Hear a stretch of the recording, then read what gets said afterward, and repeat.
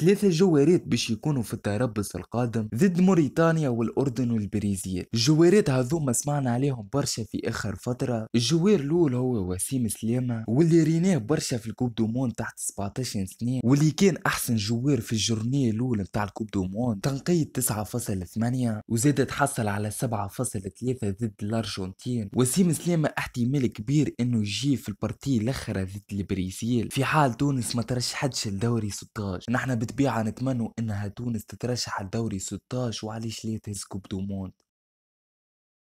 الجوير اللي بعده هو عمر الرقيق. بعد تألقه في الدوري السلوفيني، الناخب الوطني سامي طرابلسي حب يجربه، وإذا نجح باش يلعب كوب داراب في قطر. عمر لعب 13 مباراة في السيزون جديدة، سجل هدف وصنع أسيس، حتى لتوا ماخو تقييم 7 في السيزون. بس باش يلعب مباراة موريتانيا وإلا مباراة الأردن صعب برشا كان يلعب ضد البرازيل.